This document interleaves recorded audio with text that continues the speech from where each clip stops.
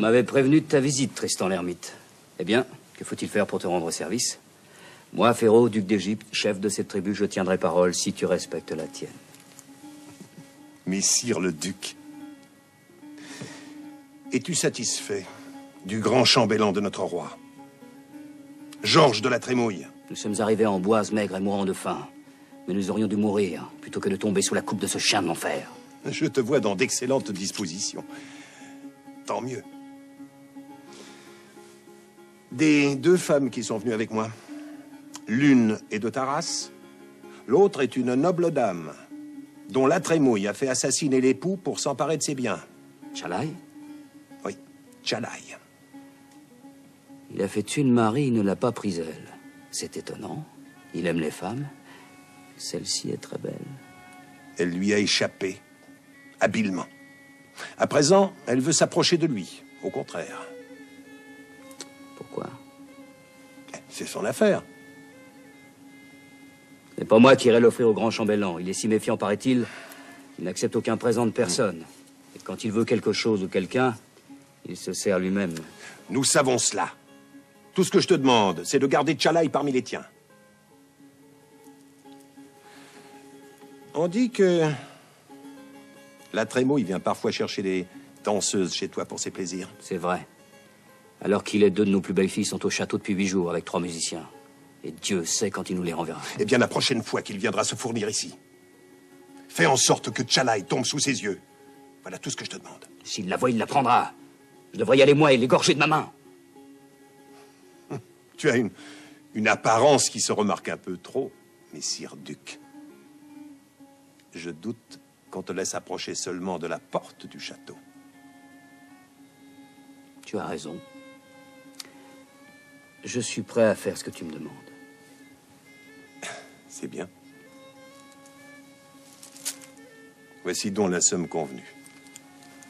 Veux-tu la compter?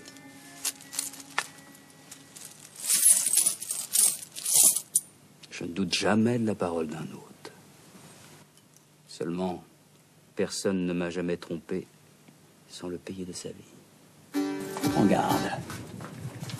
Si tu dois un jour passer pour une des nôtres aux yeux du grand chambellan, il te faudra oublier ces grands airs et cette façon de parler qui sentent leur noblesse à 10 lieues. Je suis née chez un orfèvre du Pont-au-Change à Paris. Et quand j'étais toute jeunette, j'avais déjà cet air et ce parler. À présent, tu es Tchalai, la Tsingara. Et si tu l'oublies, surtout avec moi, je rends son or à Messire Tristan et je te renvoie à lui. Ce n'est pas moi qui cherche à t'offenser, Féro. C'est toi qui me fais violence. Les femmes de ta race ont-elles coutume de se laisser maltraiter sans maudire? Certes non. Alors si tu veux que je sois une vraie Tsingara, laisse-moi d'abord me conduire comme elle. Tu as la tête aussi dure qu'elle. C'est bien. Allez, buvez. Cela éclaircira vos pensées. Ainsi, le comte de Rochambeau vous a donc appris une si mauvaise nouvelle? Désastreuse. Tous mes projets sont par terre. Je n'ai pas l'honneur de connaître cette madame de Coédicre, sinon de réputation. Que devait-elle donc faire de si important pour vous? Me recommander auprès de l'amiral de Ternay, qui m'aurait sans doute trouvé un embarquement pour l'Amérique. À présent, tout est perdu. Je ne retrouverai jamais mon père. À moins qu'on ne m'accepte dans un de vos régiments. N'y comptez pas. Les effectifs sont au complet. On refuse du monde. Il y a pourtant des sergents recruteurs plein la ville. Évidemment, mais on recrute surtout les laissés pour compte pour les régiments stationnés en Bretagne. Pour l'Amérique, les troupes sont déjà trop nombreuses. L'amiral ne sait même pas où il va trouver ses bateaux. On va laisser au moins 5 ou 6 000 hommes à terre. Oh, tous mes projets sont par terre aussi. Comptez sur la chance. Hein? Elle sourit aux jeunes gens qui n'ont pas froid aux yeux. Et vous? Vous n'avez pas l'air d'avoir froid aux yeux. Nous sommes de service. Nous devons nous quitter. Oh. Que comptez-vous faire? M'engager dans le premier régiment venu. Et gagner mes galons en France plutôt qu'en Amérique. Je ne retrouverai jamais mon père.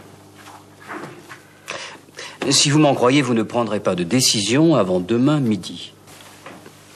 Et pourquoi, s'il vous plaît? Faites-moi cette promesse. Je ne vous ai pas donné signe de vie demain avant midi. Alors je vous laisse libre d'agir comme il vous plaira. Je vous donne ma parole. Et ma gratitude, quoi qu'il arrive. Et à quoi, mon ami? Il n'est pas encore midi. Monsieur le vicomte, vous êtes attendu à l'hôtel du comte de Rochambeau. Veuillez me suivre immédiatement.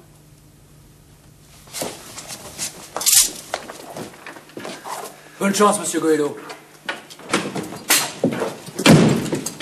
Voilà, jeune homme, quelle précipitation. Pardon, monsieur le vicomte, je ne vous avais pas vu. Où courez-vous comme cela, comme un tartare à Fontenoy? Un tartare ne sera jamais secrétaire particulier du comte de Rochambeau. Et c'est donc fait. Grâce à vous. Monsieur le vicomte, ma gratitude vous est acquise jusqu'à mon dernier souffle. Non, c'est beaucoup trop. Mon mérite est bien mince. Je n'ai fait simplement qu'avancer votre nom. Si le général vous prend, c'est qu'il vous juge capable de tenir le poste. Et vous savez, il est très exigeant. Tant mieux, je lui prouverai qu'il ne s'est pas trompé. Monsieur le vicomte, pourquoi m'avez-vous aidé? Nous avons lié connaissance parce que j'avais volé le cheval de monsieur de Fersen. J'aurais dû vous inspirer de l'aversion plutôt que de l'intérêt. Mon cher ami, je me flatte de savoir lire sur un visage. Et le vôtre n'est pas celui d'un voleur de chevaux, mais d'un homme de qualité. Moi, un homme de qualité? Je suis prêt à parier sur vous, Gilles Goëlo.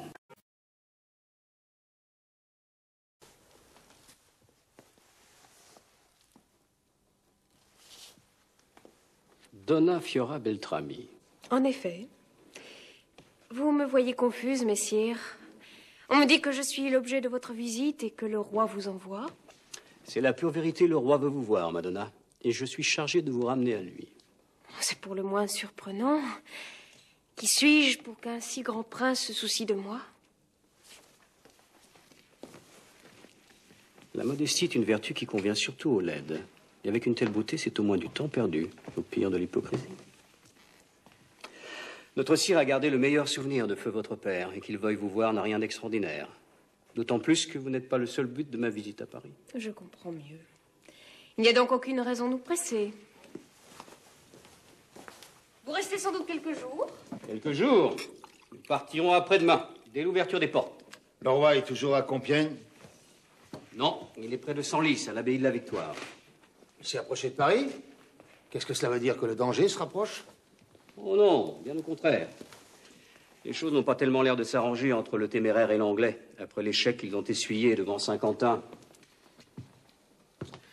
Le duc est même parti pour Valenciennes. Et c'est peut-être pour y armer de nouvelles troupes, qu'en dit le roi? Le roi? Il est assez content. Les Anglais sont à bout de vivre et ils ne peuvent compter sur leur allié pour l'en procurer. Certains penseraient même qu'il serait temps de repasser la Manche. Enfin, ils ne veulent pas partir les mains vides. Et que demandent-ils pour décamper? Oh, leurs prétentions ont bien diminué. Ils voulaient d'abord la France tout entière, et maintenant le roi pense en avoir raison avec de l'or et des victuailles. Quelle drôle de façon de faire la guerre. Le téméraire ne ravitaille-t-il pas son beau-frère? Oh, il a bien trop à faire avec sa propre armée qu'il doit reconstituer et nourrir après l'inutile siège de Neuss. Il ne souhaite d'ailleurs qu'une chose, c'est qu'Édouard balaie Louis XI à lui tout seul. Ce qui est proprement insensé. Mais dites-moi, comment êtes-vous si au fait des pensées et des intentions du téméraire?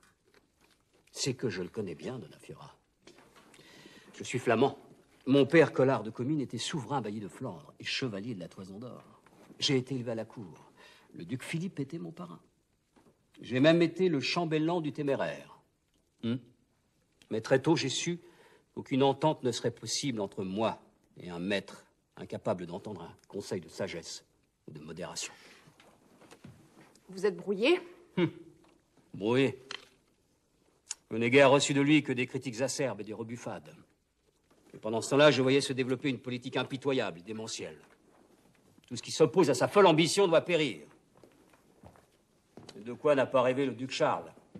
L'Empire, de la couronne des anciens rois burgondes. Ainsi, vous étiez bourguignon, et vous voilà... Français. Oui, Madonna. Un transfuge. Un traître, dirait le téméraire. Et ma tête est mise à prix. Que m'importe. Le roi me fascine. Il est un prodigieux politique, un étonnant comédien. Voilà 3 ans que je l'ai rejoint, et je ne regrette rien. Pas même les vins de Beaune.